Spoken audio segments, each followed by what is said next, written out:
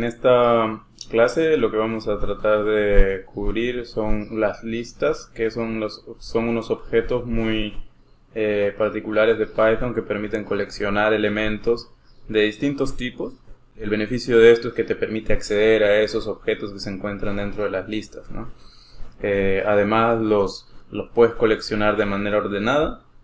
Y las listas son elementos mutables que pueden ir cambiando de forma, es decir, agregándole o reduciéndole elementos en la lista a medida de que el usuario lo desee, ¿no? Entonces, bueno, aquí vamos a empezar con algunos ejemplos. Vamos acá a resetear primero el kernel. Entonces aquí lo que vamos a hacer, estamos generando una lista de frutas, llamémosle frutas a esta lista. Y lo que hace principalmente es genera nuevamente la lista ordenada con los strings que le hemos pasado, ¿no? En este caso manzana, banana y durazno. ¿Ok?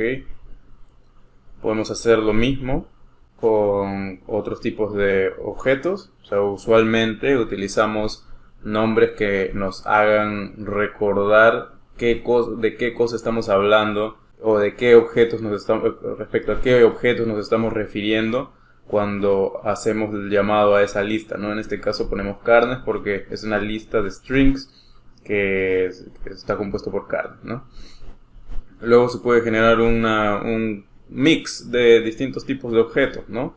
Como les dije, no solamente tienen que ser de un solo tipo, pueden ser de múltiples tipos. En este caso estamos colocando un integer, una lista y un string como elementos de una lista en general, ¿no? Estas listas, no sé si me olvidé de mencionarlos, pero se tienen que listar entre corchetes. Los corchetes, cada vez que vean corchetes, quiere decir que estamos hablando de una lista. Entonces aquí pueden ver que la lista está compuesta por distintos elementos. Ahora, hay algo muy importante que a veces es un error muy frecuente, incluso en personas que ya están en etapas más avanzadas de coding en Python, que lo que ocurre es que se tiende a copiar la lista o asumir que asignando a la lista otro nombre, se ha copiado la lista y ya no es más el mismo objeto. Por ejemplo, aquí esta figura nos muestra cómo podría ser cuando lo copiamos de una manera o de otra. Aquí estamos copiando la lista A, digamos hemos generado la lista A, que sea, no sé, una lista de frutas. Y luego le estamos asignando o estamos haciendo B igual a A. Es decir, estamos asignando esta lista a B, porque queremos que B también sea la misma lista, por alguna razón. ¿Ok? Aquí estamos haciendo una copia o una asignación como referencia. Es decir, B es igual a esta lista que es A. Es decir, B es igual a A. Por lo tanto, cada vez que llamemos a B o cambiemos a B o lo que querramos hacer con B, también estamos haciendo lo mismo con A. Porque B, finalmente, lo que hemos hecho es decirle B, esto es como un sobrenombre de la lista original que es A. ¿De acuerdo? En cambio, cuando nosotros hacemos la asignación como valor, es distinto. Porque ahora B ya no es más A. B es los valores que representaba A. En este caso, una lista con las frutas. Manzana, plátano, durazno, ¿cierto?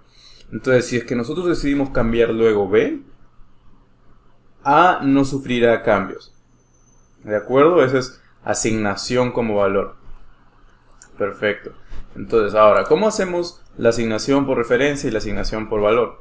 La asignación según referencia, básicamente lo que tienes que hacer es copiar tal cual. Por ejemplo, aquí ponemos mi primera lista es igual mi primera lista 1. Y mi primera lista lo que estamos haciendo es una lista de números íntegros, una lista muy sencilla. Y luego estamos generando una segunda lista que esta sí hace la asignación como valor. Es decir, agarra los valores que se encuentran dentro de mi primera lista y los copia y los pone dentro de lista 2. Ahora, nosotros lo que vamos a hacer es cambiar el elemento del índice 0 en mi primera lista. Y el elemento, antes era 1, ahora va a ser 3.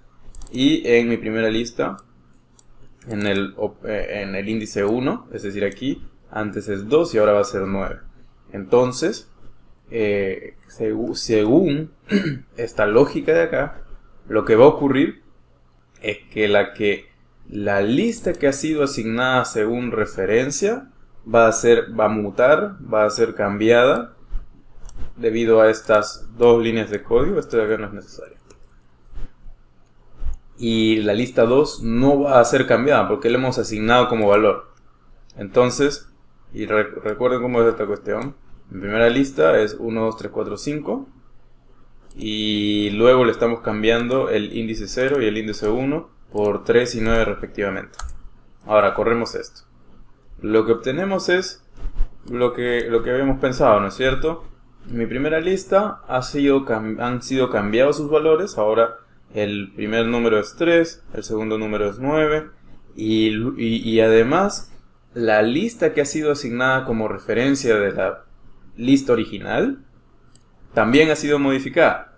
Nosotros acá lo habíamos puesto que esto sea que cuando mi primera lista era la lista original, que esta sea mi primera lista 1. En este caso ha sido modificada. En cambio, en el caso de la lista que ha sido asignada como valor, esta lista no ha sufrido ningún cambio, justamente porque hemos utilizado el segundo método, que es asignar como valor. Entonces hay casos muy excepcionales en los cuales queremos asignar como referencia, digamos, no sé, casos en los cuales estamos haciendo una iteración recursiva y por A o B decidimos que vaya cambiando de nombre el nombre de la lista, pero los valores que se encuentran dentro queremos que siempre sea lo mismo, o sea, que sean referenciados hacia el objeto original y vamos modificándolos. Entonces lo que va a ocurrir es que cada vez que iteremos sobre ese objeto, que tendrá un nuevo nombre, los valores que se encuentran adentro se van a ir actualizando, sobreescribiendo a medida que avance la iteración. Pero por lo general, en los casos más frecuentes, lo que queremos hacer es asignar como valor. Entonces es importante recordar que tenemos que utilizar este comando, ¿no? Luego, en el caso de listas, porque como ya habíamos mencionado anteriormente, las listas pueden contener distintos tipos de objetos. En ese caso pueden contener tuplas, pueden contener más listas, pueden contener dictionaries y objetos sencillos como integers. En este caso estamos haciendo una lista de listas, ¿ok? Nuevamente, podemos asignar como referencia el nombre de la lista original. O también lo que podemos hacer es copiar. Pero no solamente queremos copiar la lista, como la superlista, llamémosle, que es la lista más grande, sino que queremos copiar como valor los elementos que se encuentran dentro de esa lista, que casualmente son listas.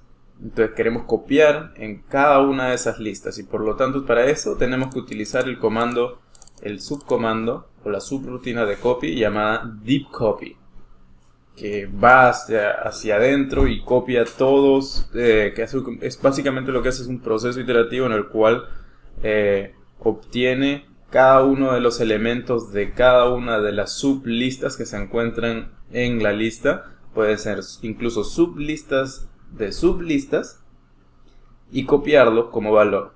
Y digamos que en mi segunda lista lo que queremos es cambiar el valor de el índice 1 de la lista que se encuentra en el índice 1 de la lista general. Es decir, de esta lista queremos cambiar el valor 25 por 24, ¿cierto? Entonces lo que hacemos, corremos esto y como pueden ver, si es que nosotros cambiamos la lista original, ¿no? Y vemos la lista copiada como referencia, encontramos que el valor ha sido cambiado en ambos casos, porque es el mismo efecto, es el mismo objeto básicamente, pero en la lista copiada como valor el objeto no ha sido modificado. Si nosotros queremos eliminar objetos o elementos dentro de una lista, podemos indexar el objeto y utilizar el comando del para eliminar ese objeto. ¿Ok? Entonces, si nosotros queremos eliminar el índice en mi segunda lista es este de aquí, que se encuentra, es esta lista de acá, ¿ok? Y si queremos, digamos, eliminar el segundo o el elemento que se encuentra en el índice 1 de la lista llamada mi segunda lista, lo que tenemos que hacer es del el objeto, en particular el índice que queremos eliminar, y listo. Se acabó, ya no tenemos ese elemento más en nuestra lista. Ahora, es posible combinar listas también.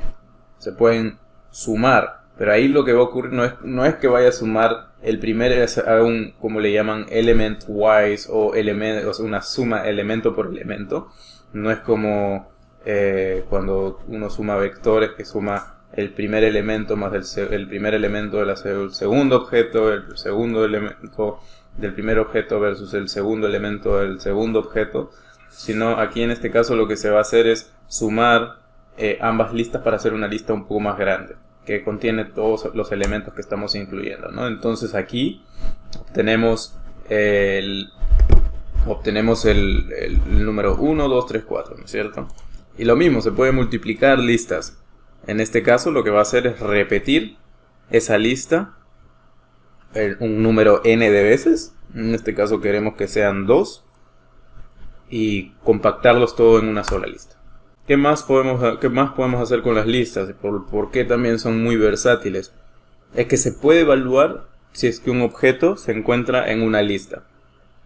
¿Ok? Y para eso hay algunas funciones o rutinas que te permiten ver si es que existe membresía de un elemento en colecciones de elementos, que estos pueden ser no solamente listas, pueden ser también tuplas, diccionarios, etcétera, etcétera.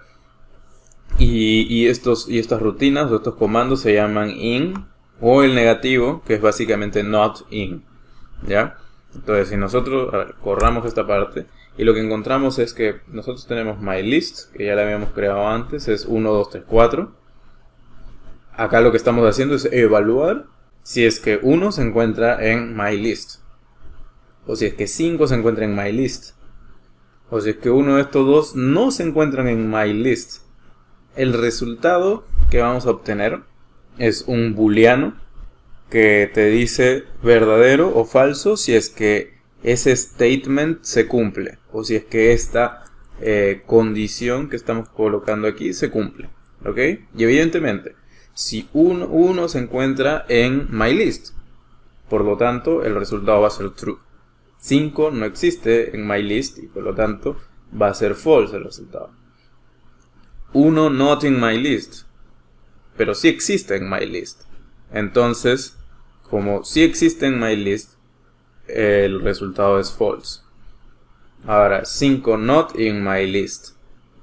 5 efectivamente no se encuentra en myList, porque hay 1, 2, 3, 4 nada. Entonces el resultado es true. Perfecto. Ahora, también como para complementar esto, existen también otros comandos que son para ver si es que un objeto es el mismo que otro. Y no solamente en términos de valor, pero también en términos de propiedades que tienen, o el tipo de elemento que son. Y para ello se utiliza is. Ok. Entonces aquí lo que estamos haciendo en estos dos casos es evaluar si 5 es 5. No quiere decir que igual como valor, como haríamos usualmente cuando pones doble igual, para ver si es que esa condición es verdadera. Acá lo que se hace es 5 es 5, tal cual, un integer con valor 5 que obtiene todas sus propiedades y el resultado sale true. Pero en cambio, si nosotros comparamos 5 con 5, pero este 5 es un float, como no es el mismo tipo y no tiene las mismas propiedades, el resultado es false. Entonces eso también sirve se puede complementar con el uso de listas. En general es bien importante cuando, por ejemplo, estamos generando funciones y queremos asegurarnos que el resultado de nuestra función sea un float y no un integer, digamos, o al revés, porque si es que estamos en medio de una investigación espacial, digamos, y estamos haciendo algunas funciones que permiten optimizar la trayectoria de un cohete, y nosotros tenemos que asegurar que el resultado de la función sea un integer y no sea un float, porque si es un float, la máquina de repente toma una trayectoria no óptima y el cohete sale hacia una trayectoria que no es la que nosotros hubiéramos deseado, ¿no? Entonces los astronautas podrían salir todos perdidos, qué sé yo. Entonces para eso uno puede hacer assert, que es básicamente asegúrate de que 5 o este objeto que me acabas de decir es tal número, ¿no es cierto? O es un integer, qué sé yo. Y entonces esto acá te permite evaluar eso y asegurarte de que tu rutina ha botado el objeto que uno deseaba. Hay múltiples métodos para modificar listas. Por ejemplo, ahora, bueno, estos métodos, los que acabamos de colocar, básicamente son métodos que podemos utilizar para evaluar o ver qué características de la lista. En este caso, podemos poner length, que es len, que es la abreviación de length, que es como tamaño, de mylist, en este caso. Y lo que nos va a decir es efectivamente el tamaño de la lista. Min nos va a lanzar el valor mínimo que tiene la lista. Y max, el valor máximo que tiene la lista. Ahora, nosotros tenemos una lista. Nuestra lista es 1, 2, 3, 4. Y cuando proyectamos este output, obtenemos que el tamaño de la lista es 4, el valor mínimo de la lista es 1 y el valor máximo de la lista es 4. También existen métodos para agregar y eliminar elementos en una lista, ¿no es cierto? Entonces, para agregar elementos se utiliza el comando append o el módulo append. Nuevamente, mylist es una lista y las listas tienen propiedades. Una de esas propiedades, como podemos ver acá que le estamos mencionando, es append. ¿Ya? Y a mylist ahora ya no le estamos agregando un número adicional, 5. El resultado claramente va a ser que la lista ahora tiene el elemento 5. Ahora podemos incluso agregar listas, pero el resultado va a ser que el objeto que estamos ingresando es una lista en lugar de los números 6 y 7. Si es que queremos remover ese elemento porque no nos hace sentido y en realidad queríamos agregar los elementos individualmente, 6 y 7. Entonces, por eso podemos utilizar remove. Con mylist tiene esta propiedad, se llama remove. Tenemos que simplemente colocar exactamente qué elemento queremos eliminar y terminamos eliminándolo. Ahora, lo que sí haría más lógica, un poco más de sentido, es agregar esos elementos individualmente, y para eso se utiliza el comando extend. Entonces, poniendo mylist.extend, incluimos 6 y 7 como elementos individuales a la lista. ¿Ok? Ahora, el comando insert, ¿qué es lo que hace?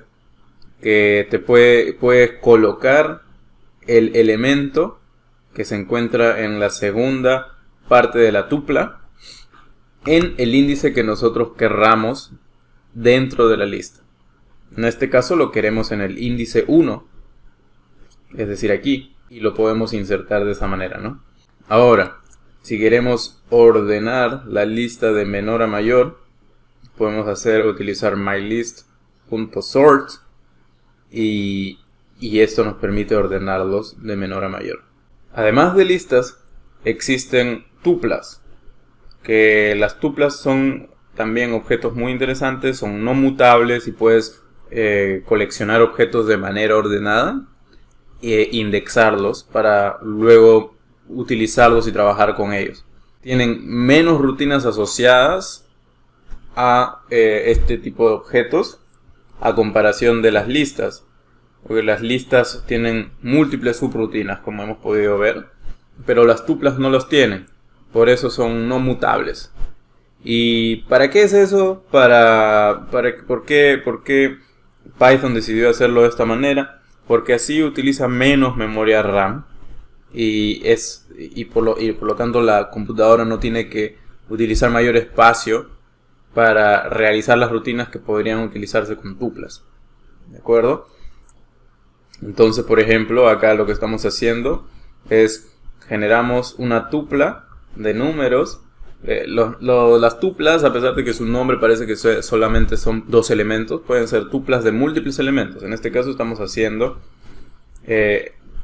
una lista que, como ya hemos visto, aquí estamos haciendo un list comprehension, y lo que está haciendo es generar una lista que va a través de los números desde el 0 al 1000. ¿Ok? Esto es una lista inicialmente, pero luego lo transformamos en tupla, que se puede lograr utilizando el comando tuple. ¿Ok? Y por otro lado estamos generando una lista, y esta lista no la modificamos, no la convertimos en tupla. ¿De acuerdo? Acá lo que estamos haciendo es ver el tamaño en términos de cuánta memoria RAM está utilizando ambos elementos, ¿de acuerdo? Entonces el primer elemento va a tener el espacio que ocupa mi tupla y el segundo elemento va a ser el espacio que ocupa my list. Y como podemos ver, la tupla ocupa casi alrededor de 10 o como 15% menos espacio que lo que ocupa my list. ¿Ok? Y eso es importante, eso es como una reducción significativa si es que estás trabajando con funciones y que te tienen que lanzar elementos que no necesariamente van a ser mutables, o por ejemplo cuando estás trabajando con listas de listas y tú sabes que las listas que se encuentran dentro de la lista superior no van a modificarse. En ese caso quizás valdría la pena trabajar con tuplas, así utilizas menos memoria RAM. Y puedes correr un proceso que de repente te tomaría días o no sé, imagínense que te tomaría 8 horas en correr un proceso, un método. De repente en este caso te tomaría, si es que optimizas utilizando tuplas en lugar de listas, te podría tomar el 10% menos, no sé, pasar de 8 a 6 horas, digamos. Entonces, así también podemos ver el tipo de elemento que estamos trabajando. En este caso estamos trabajando con tuplas y las tuplas por lo general nosotros utilizamos paréntesis para referirnos a ella. Por ejemplo, acá vamos a hacer un print de mytuple y vamos a ver que los números van 1, 2, 3 y todos encerrados entre paréntesis. ¿Ok? Siempre las tuplas están encerradas entre paréntesis. Ahora, nosotros lo hemos puesto así porque aparentemente en Python le da igual si es que pones los paréntesis o no los pones cuando estás listando los elementos para referirte a una tupla. Y por ejemplo, si es que nosotros ponemos paréntesis aquí, el objeto sigue siendo el mismo. Si les quitamos, es el mismo. ¿Ok? Ahora, queremos ver cuál es el tipo de este objeto llamado mytuple. Y claramente el resultado va a ser tuple. Luego, lo que podemos hacer también es convertir una lista en una tupla. ¿Ok? Esta es una lista que tiene los números 1 y 2, simplemente. Y lo que estamos haciendo es convertir esa lista en una tupla. Ya lo hemos hecho anteriormente, pero es importante repasar. Y también podemos indexar una tupla. ¿Ok? No podemos hacer más cosas con las tuplas porque, como ya les había mencionado, tienen pocos métodos, por lo general son inmutables, y cada vez que armas una tupla o tienes una tupla, por lo general simplemente lo utilizas para acceder a esos elementos a través de los índices, modificarlos, reasignar los elementos, digamos, en lugar de ser 1, ahora quieres que sea 2, y con eso basta. No puedes agregar más elementos a la tupla con métodos como por ejemplo append, remove, etcétera. Luego, diccionarios. Estos también son otros elementos, otros objetos muy versátiles que tiene Python. Y son claves porque te permite trabajar con estructuras. ¿Y qué son las estructuras? Las estructuras básicamente son nuevamente colecciones de objetos, esta vez no necesariamente ordenadas, pero en el cual uno puede llamar a esos objetos a través de nombres o key names. ¿Ok? En MATLAB, por ejemplo, el equivalente son structures. En Julia también existen diccionarios. Entonces, son muy versátiles por ese mismo motivo.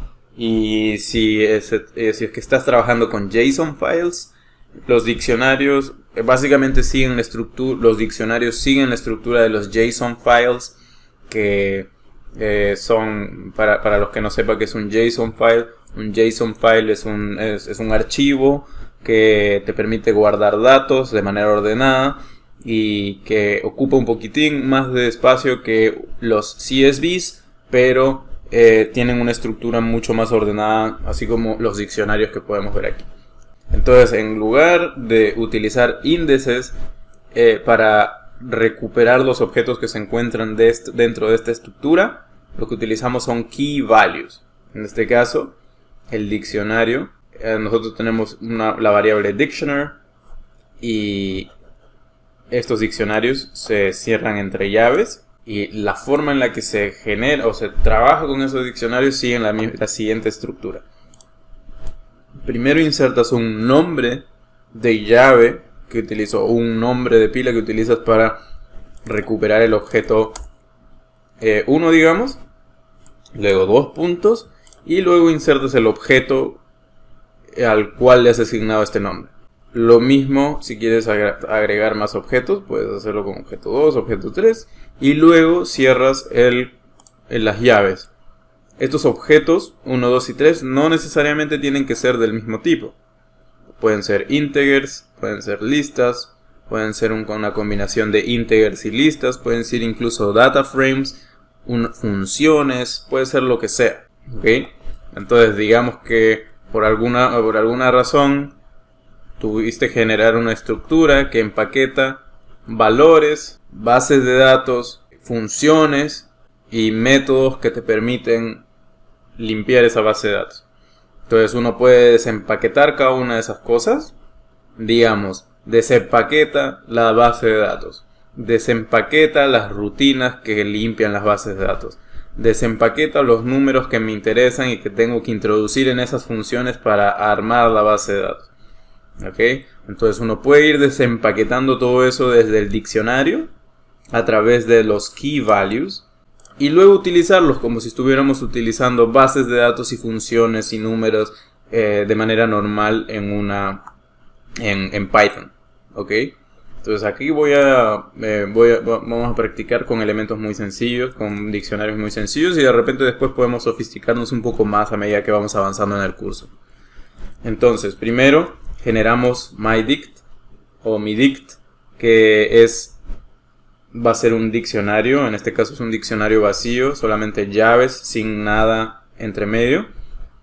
Y vamos a generar dos elementos, vamos a introducir dos elementos, dos instancias dentro de ese diccionario. En este caso vamos a introducir el valor perro y gato, que son strings. Y a estos valores o objetos les vamos a asignar un key o una llave que nos va a permitir acceder a ellos. En este caso van a ser A y B respectivamente. Ahora, si nosotros imprimimos esto, estamos imprimiendo, ok, de myDict, indexame el valor que se encuentra en la llave A. Y como podemos ver, el resultado es el string perro. Ahora, si es que nosotros deseamos cambiar esos valores y en lugar de que sea perro y gato queremos que sea canario y conejo, podemos hacer lo siguiente: reasignamos los valores. Y ahora hemos cambiado perro por canario. Ya hemos agregado una nueva instancia en este diccionario que va a ser llamada C y cuyo valor es conejo. Y listo, tenemos un nuevo valor. Ahora nosotros también tenemos que ver si es que queremos ver qué objetos se encuentran en mi dict. Entonces nosotros podemos ver, lo que se puede ver es si es que las llaves se encuentran en myDict.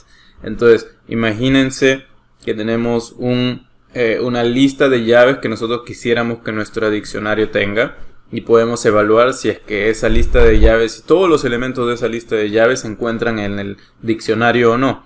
Entonces podemos utilizar el comando in y pedirle si es que verdaderamente se encuentra ahí o no. Lo que no se puede hacer es evaluar si es que el objeto o el número, el objeto o la instancia que hemos puesto dentro de ese diccionario se encuentra o no en ese diccionario.